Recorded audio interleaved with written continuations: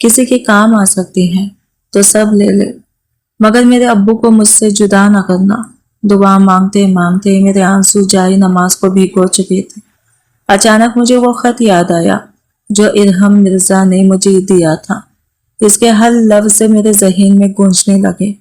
میں نے پہلی بار محسوس کیا کہ شاید قسمت مجھے ایک ایسے راستے کی طرف دھکیل رہی ہے جہاں ہر قدم قربانی مانگے گا۔ اگلی صبح سورج نکلنے سے پہلے ہی میں نے اپنا فیصلہ کر لیا۔ میں جانتی نہیں تھی کہ ارحم مجھ سے کیا چاہتا ہے، اس کی وصیت میں کیا راز چھپا ہے، اور اس کی شرط میری زندگی کو کس حد تک بدل دے گی۔ لیکن میں اتنا ضرور جانتی تھی کہ اگر میں نے آج ہمت نہ کی تو شاید ساری عمر اپنے آپ کو معاف نہ کر سکوں۔ میں نے آنسو پونچھے اللہ کا نام لیا اور سیدھا اس عظیم الشان عمارت کی طرف روانہ ہو گئی جہاں میرا ایک فیصلہ صرف میری نہیں کئی زندگیاں بدلنے والا تھا۔ لیکن مجھے یہ معلوم نہیں تھا کہ اس بار ارحم میرا انتظار اکیلا نہیں کر رہا تھا۔ اس کے ساتھ ایک ایسی شخصیت بھی بیٹھی تھی جس کی ایک بات میری پوری دنیا ہلا دینے والی تھی۔ ہلکی ہلکی بارش ہو رہی تھی، آسمان پر بادل اس طرح چھائے ہوئے تھے جیسے قدرت بھی کسی انجان فیصلے کی گواہ بننے والی ہو۔ میں نے اپنی چادر کو مضبوطی سے سنبھالا اور کانپتے دل کے ساتھ اس عظیم الشان عمارت کے اندر داخل ہو گئی۔ آج میرے قدم پہلے سے کہیں زیادہ بھاری تھے۔ اب میں صرف ایک بیٹی نہیں تھی جو اپنے والد کی جان بچانے آئی ہوں، بلکہ یہ ایک ایسا انسان تھی جسے احساس ہو چکا تھا کہ قسمت ہر کسی کو آسان راستہ نہیں دیتی۔ استقبالیہ پر موجود ملازم نے مجھے دیکھتے ہی ادب سے سلام کیا اور کہا کہ میری آمد کی اطلاع پہلے ہی دی جا چکی ہے۔ میں خاموشی سے اس کے پیچھے چلتی ہوئی اوپر پہنچی۔ راہداری میں عجیب سے خاموشی تھی۔ ہر قدم کے ساتھ میرا دل اور زیادہ بے چین ہوتا جا رہا تھا۔ ایسا لگ رہا تھا جیسے میرا ہر سانس مجھے کسی ایسے راز کے قریب لے جا رہا ہو جس سے واپسی ممکن نہیں ہوگی۔ دروازہ کھلا تو میری نظریں بے اختیار اندر اٹھی۔ ارحم مرزا اپنی جگہ پر بیٹھا تھا، مگر آج وہ اکیلا نہیں تھا۔ اس کے برابر میں ایک عمر رسیدہ خاتون بیٹھی تھی، سفید لباس، پرسکون چہرہ اور آنکھوں میں ایسی شفقت جیسے برسوں کا تجربہ ان کی خاموشی میں چھپا ہو۔ میں انہیں نہیں جانتی تھی، مگر نہ جانے کیوں انہیں دیکھتے ہی دل کا خوف کچھ کم ہو گیا۔ ارحم نے پہلی بار ہلکی سے مسکراہٹ کے ساتھ مجھے بیٹھنے کا اشارہ کیا۔ میں خاموشی سے بیٹھ گئی۔ چند لمحوں تک کمرے میں مکمل سکوت چھایا رہا۔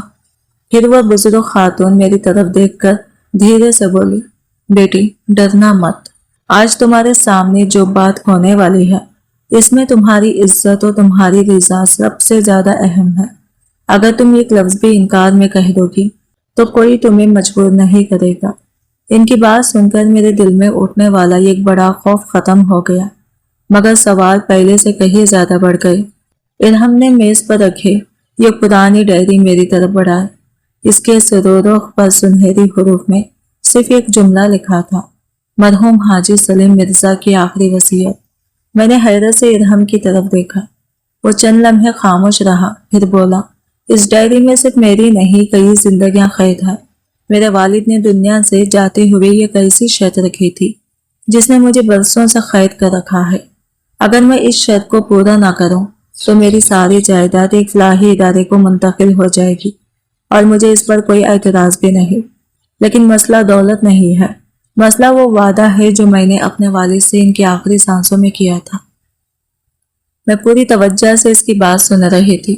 اس نے ڈائری کھولی، چند صفحات پلٹے اور پھر ایک صفحے پر انگلی رکھ کر آہستہ سے کہا، اس وصیت کی آخری شرط جاننے کے بعد تم شاید مجھے خود غرض سمجھو یا شاید میری مجبوری سمجھ جاؤ۔ میں نے بے اختیار ڈائری کی طرف ہاتھ بڑھایا، لیکن جیسے ہی میری نظریں اس صفحے پر لکھی پہلی سطر پر پڑی، میرے چہرے کا رنگ ایک لمحے میں اڑ گیا۔ وہ الفاظ میرے تصور سے بھی زیادہ حیران کن تھے۔ میرے ہاتھ بے اختیار کانپنے لگے۔ میں نے ایک بار پھر اس صفحے پر لکھی ہوئی سطر پڑھی، مگر ہر بار وہی الفاظ میری دھڑکن مزید تیز کر دیتے۔ وصیت میں لکھا تھا کہ میرے پوتے ارحم مرزا کو میری جائیداد کا حقیقی وارث تبھی سمجھا جائے گا جب وہ ایسی لڑکی کو اپنی شریک حیات بنائے گا جس کا انتخاب دولت، خاندان یا حیثیت دے کر نہیں، بلکہ اس کے کردار، سچائی اور خدمت خلق کی بنیاد پر کیا جائے۔ اگر وہ صرف کاروباری فائدے یا خاندانی دباؤ کی وجہ سے شادی کرے گا تو میری پوری جائیداد فلاحی اداروں کے نام کر دی جائے گی۔ میں نے حیرت سے ادھم کی طرف دیکھا۔ پہلی نظر میں یہ شرط عجیب ضرور تھی، مگر اس میں کوئی ایسی بات نہیں تھی جس کی وجہ سے وہ اتنے برس پریشان رہتا۔ میں نے ڈائری بند کرتے ہوئے دھیرے سے پوچھا، اگر بات صرف اتنی ہے تو پھر آپ کو مشکل کس چیز کی ہے؟ ادھم نے میری آنکھوں میں دیکھا، مگر اس بار اس کی خاموشی پہلے سے کہیں زیادہ بوجھل تھی۔ اس نے اپنی دونوں ہتھیلیاں آپس میں جوڑ لیے جیسے وہ الفاظ ڈھونڈ رہا ہو۔ چند لمحوں بعد اس نے دھیرے سے کہا، وصیت کا صرف یہی ایک صفحہ نہیں ہے مہنور، اس کے بعد بھی بہت کچھ لکھا ہے۔ اس نے ڈائری دوبارہ کھولی اور اگلا صفحہ میرے سامنے کر دیا۔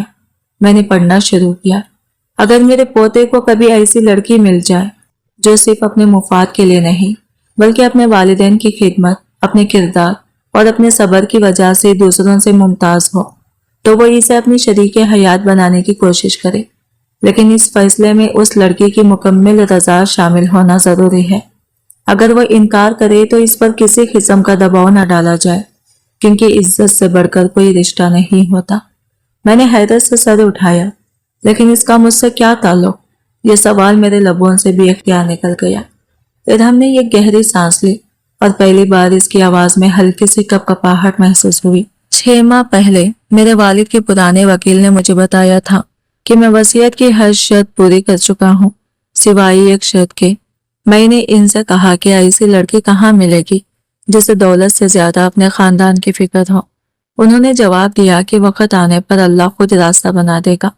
وہ چند لمحے خاموش رہا، پھر بولا، کل جب عائشہ نے تمہارے بارے میں بتایا تو میں نے تمہارے خاندان، تمہارے محلے، تمہارے کام اور تمہارے بارے میں مکمل تحقیق کروائی۔ میں چاہتا تو تمہیں یہ سب کبھی نہ بتاتا، مگر میں دھوکے سے کوئی رشتہ نہیں بنانا چاہتا۔ میری سانس جیسے رک گئی۔ اس نے نہایت سنجیدگی سے میری طرف دیکھا اور آہستہ سے کہا، مہنور، میں تم سے ایک درخواست کرنے والا ہوں، لیکن اس درخواست کو قبول کرنا یا رد کرنا صرف تمہارا حق ہوگا۔ اگر تم ایک لفظ بھی انکار میں کہہ دو تو میں تمہارے فیصلے کا احترام کروں گا۔ مگر میری بات پوری سن لینے کے بعد اس کے یہ الفاظ سن کر میرے دل کی دھڑکن اتنی تیز ہو گئی کہ مجھے لگا شاید وہ بھی اسے سن سکتا تھا۔ مجھے احساس ہو گیا تھا اب میری زندگی کا سب سے بڑا امتحان شروع ہونے والا تھا۔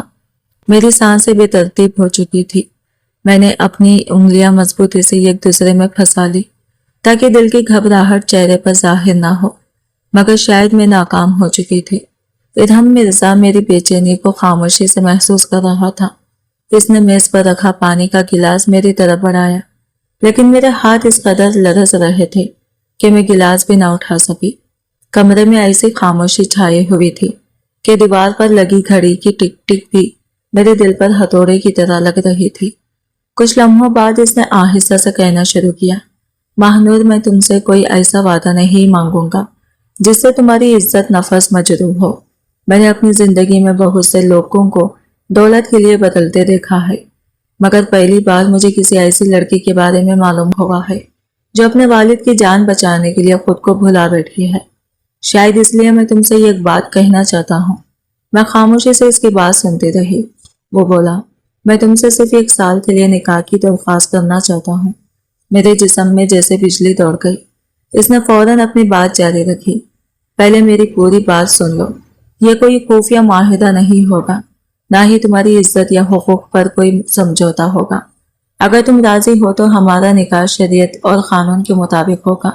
اس 1 سال میں تمہیں مکمل عزت، اختیار اور تحفظ دیا جائے گا۔ اگر 1 سال بعد تم محسوس کرو کہ تم میرے ساتھ اپنی زندگی نہیں گزارنا چاہتی تو میں خود تمہیں آزادی دوں گا اور تم پر یا تمہارے خاندان پر کبھی کوئی دباؤ نہیں ڈالوں گا۔ میں حیرت سے اسے دیکھتی رہ گئی۔ یہ بات میرے تصور سے بالکل مختلف تھی۔ میرے ذہن میں بے شمار سوال گردش کر رہے تھے۔ آخر وہ ایک اجنبی لڑکی سے نکاح کیوں کرنا چاہتا تھا؟ وہ اتنی بڑی قربانی دینے پر کیوں آمادہ تھا؟ اور اگر صرف وصیت کی شرط پوری کرنا مقصود تھا تو اس کی آنکھوں میں وہ عجیب سی اداسی کیوں تھی؟ شاید اس نے میرے دل کے سوال پڑھ لیے تھے۔ وہ کرسی سے اٹھا کھڑکی کے پاس جا کر چند لمحے خاموش کھڑا رہا، پھر آہستہ سے بولا، ایک سچ اور بھی ہے۔ جو میں نے آج تک کسی کو نہیں بتایا۔ اس کی آواز پہلے سے کہیں زیادہ بوجھل ہو گئی۔ 3 سال پہلے میری منگنی ہوئی تھی۔ شادی سے صرف 10 دن پہلے میری منگیتر ایک حادثے میں دنیا سے چلی گئی۔ اس کے بعد میں نے کبھی شادی کے بارے میں سوچا بھی نہیں۔ اگر میرے والد کی وصیت نہ ہوتی تو شاید میں ساری زندگی تنہا رہتا۔ اس کی بات سن کر پہلی بار میرے دل میں اس کے لیے ہمدردی پیدا ہوئی۔ مجھے احساس ہوا کہ ہر مسکراتا ہوا انسان خوش نہیں ہوتا۔ کچھ لوگ اپنے دکھ اتنی خاموشی سے جیتے ہیں کہ دنیا انہیں مضبوط سمجھتی رہتی ہے۔ میں ابھی انہی سوچوں میں گم تھی کہ اچانک میرے موبائل کی گھنٹی بج اٹھی۔ ہاسپٹل سے آنے والی کال نے میری روح تک ہلا دی۔ دوسری طرف ڈاکٹر کی گھبرائی ہوئی آواز تھی، فوراً ہاسپٹل پہنچے، آپ کے والد کی حالت دوبارہ بگڑ گئی ہے اور اب ہمارے پاس انتظار کا وقت تقریباً ختم ہو چکا ہے۔ میرے ہاتھ سے موبائل چھوٹ کر زمین پر گر گیا اور اسی لمحے ارہم نے میری طرف دیکھ کر ایسا فیصلہ کیا جس کی میں نے کبھی امید بھی نہیں کی تھی۔ میرے ہاتھ سے موبائل زمین پر گرا تو میری آنکھوں کے سامنے اندھیرا سا چھا گیا۔ ڈاکٹر کے الفاظ اب بھی میرے کانوں میں گونج رہے تھے، اگر اگلے چند گھنٹوں میں علاج شروع نہ ہوا تو مریض کو بچانا بہت مشکل ہو جائے گا۔ میرے قدم جیسے ساتھ چھوڑ گئے۔ میں کرسی کا سہارا لے کر کھڑی رہی، مگر آنکھوں سے آنسو مسلسل بہتے جا رہے تھے۔ مجھے کچھ سمجھ نہیں آ رہا تھا کہ کیا کروں۔ ایک طرف ابو کی زندگی تھی اور دوسری طرف وہ فیصلہ جو میری پوری زندگی بدل سکتا تھا۔ ارہم مرزا فوراً میری طرف آیا، لیکن اس نے میری بے بسی کا ناجائز فائدہ اٹھانے کی بجائے نہایت نرم لہجے میں کہا، مہنور، پہلے ہاسپٹل چلتے ہیں، باقی ہر بات بعد میں ہوگی۔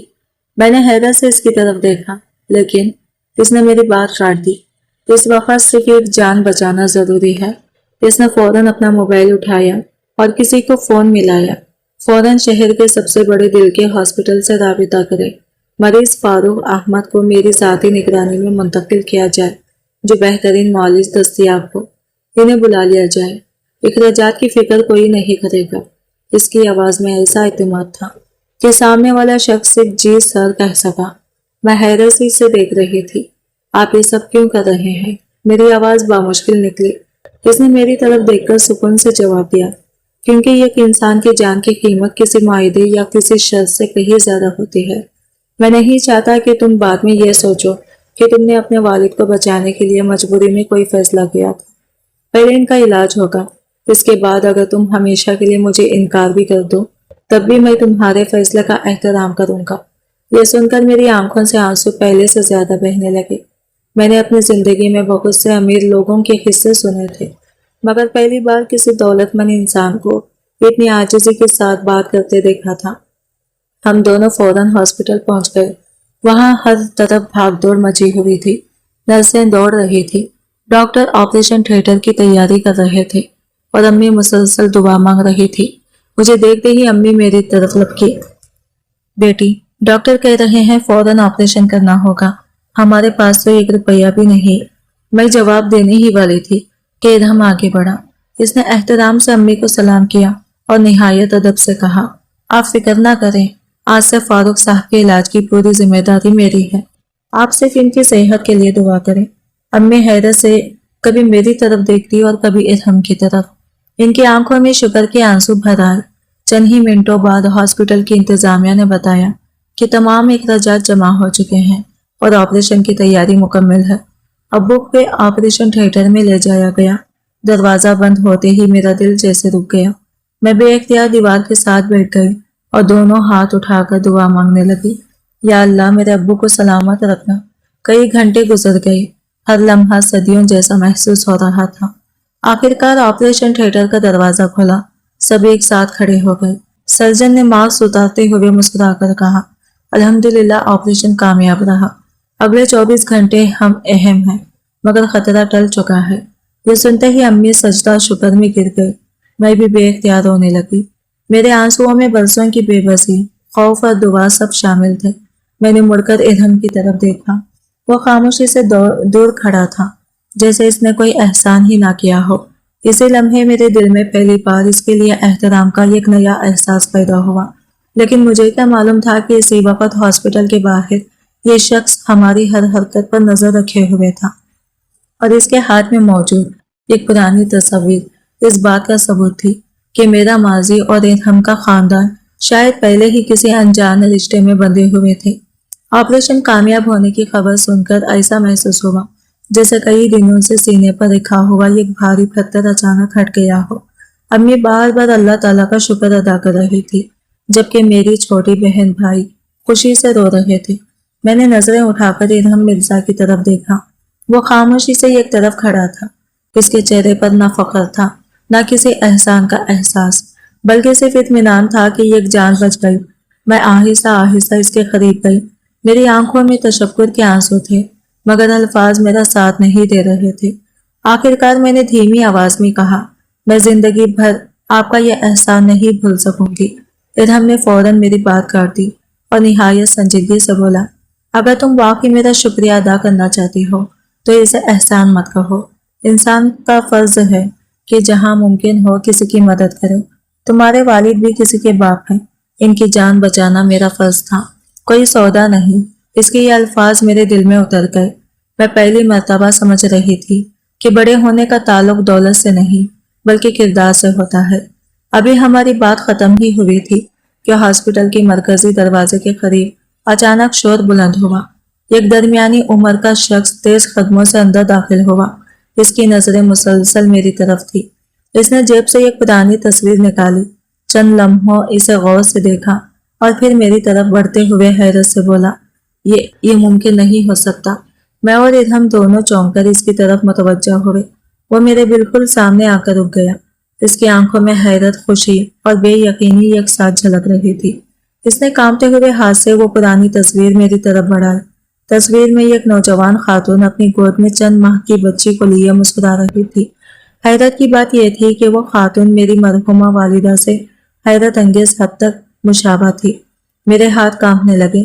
میں نے بے اختیار پوچھا، یہ تصویر آپ کے پاس کیسے آئی اور یہ خاتون کون ہے؟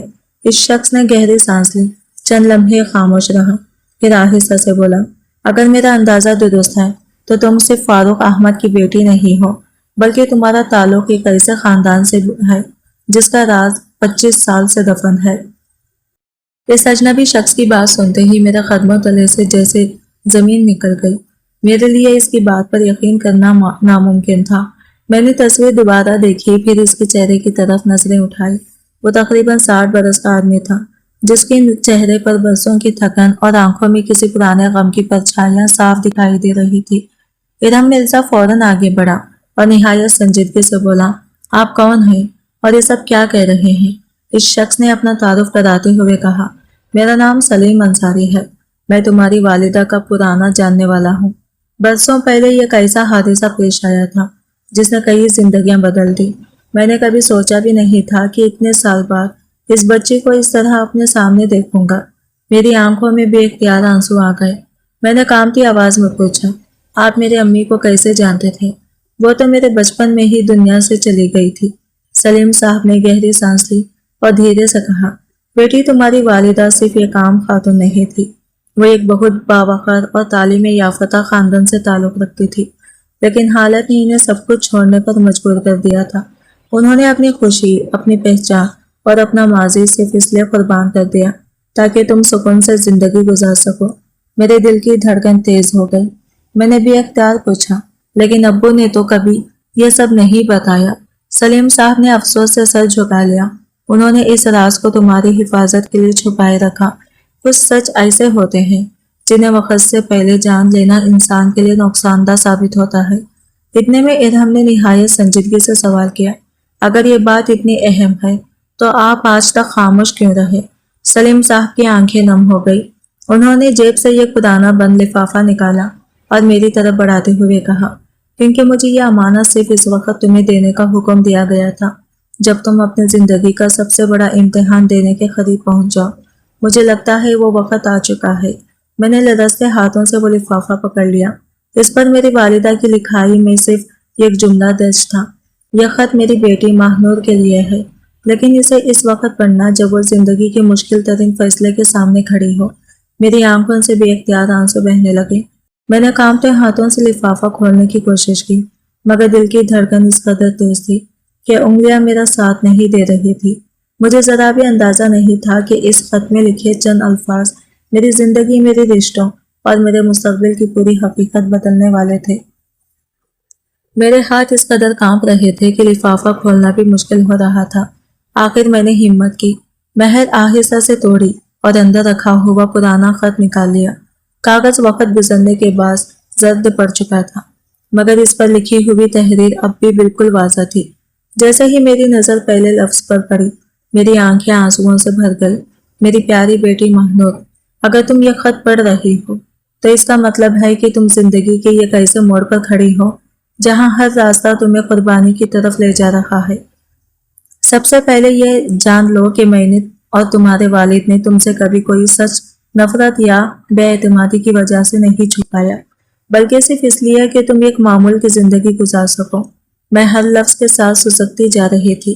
امی کی تحریر جیسے برسوں بعد میرے سر پر ہاتھ پھیر رہی تھی۔ خط میں آگے لکھا تھا، بیٹی، تمہارے والد نے میرے لیے وہ سب کچھ چھوڑ دیا تھا جو لوگ پوری زندگی میں حاصل کرنے کا خواب دیکھتے ہیں۔ میں یہ خوشحال گھرانے سے تعلق رکھتی تھی، مگر دولت کی ہوس میں ڈوبے میرے اپنے رشتہ دار میری جائیداد پر قبضہ کرنا چاہتے تھے۔ جب میں نے انکار کیا تو انہوں نے مجھے دھمکیاں دینا شروع کر دی۔ انہی دنوں تمہارے والد میری زندگی میں آئے۔ انہوں نے کسی لالچ کے بغیر میرے ساتھ دیا، میرا تحفظ کیا اور مجھ سے نکاح کر لیا۔ ہم دونوں نے فیصلہ کیا کہ اپنی پہچان بدل کر ایک نئی زندگی شروع کریں گے تاکہ تم محفوظ رہ سکو۔ میرے آنسو اب رکنے کا نام نہیں لے رہے تھے۔ پہلی بار مجھے احساس ہوا کہ میرے والد نے ساری عمر کن رازوں کا بوجھ اٹھایا تھا۔ میں نے کانپتے ہوئے ہاتھوں سے خط کا اگلا حصہ پڑھا۔ اگر کبھی ماضی دوبارہ تمہارے سامنے آ جائے تو یاد رکھنا، دولت کبھی انسان کی اصل طاقت نہیں ہوتی، بلکہ اس کا کردار اور اس کے فیصلے اس کی اصل پہچان ہوتے ہیں۔ اگر تمہاری زندگی میں کوئی ایسا شخص آئے جو تمہاری عزت، تمہارے والدین اور تمہارے کردار کی قدر کرے تو صرف لوگوں کی باتوں یا اپنے خوف کی وجہ سے اسے کھونے کی غلطی مت کرنا۔ رشتے اعتماد سے بنتے ہیں، دولت سے نہیں۔ میں نے بے اختیار خط اپنے سینے سے لگا لیا۔ کمرے میں مکمل خاموشی تھی۔ ارحم مرزا چند قدم کے فاصلے پر کھڑا تھا۔ اس نے نہ خط پڑھنے کی کوشش کی اور نہ ہی کوئی سوال کیا۔ وہ صرف خاموشی سے میرا انتظار کر رہا تھا۔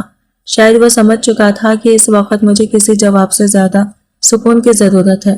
لیکن اسی لمحے سلیم صاحب کا موبائل بج اٹھا۔ انہوں نے کال سنی تو اس کے چہرے کا رنگ ایک دم اڑ گیا۔ وہ گھبرا کر میری طرف مڑے اور کانپتی ہوئی آواز میں بولے، مہنور، ہمیں فوراً یہاں سے نکلنا ہوگا۔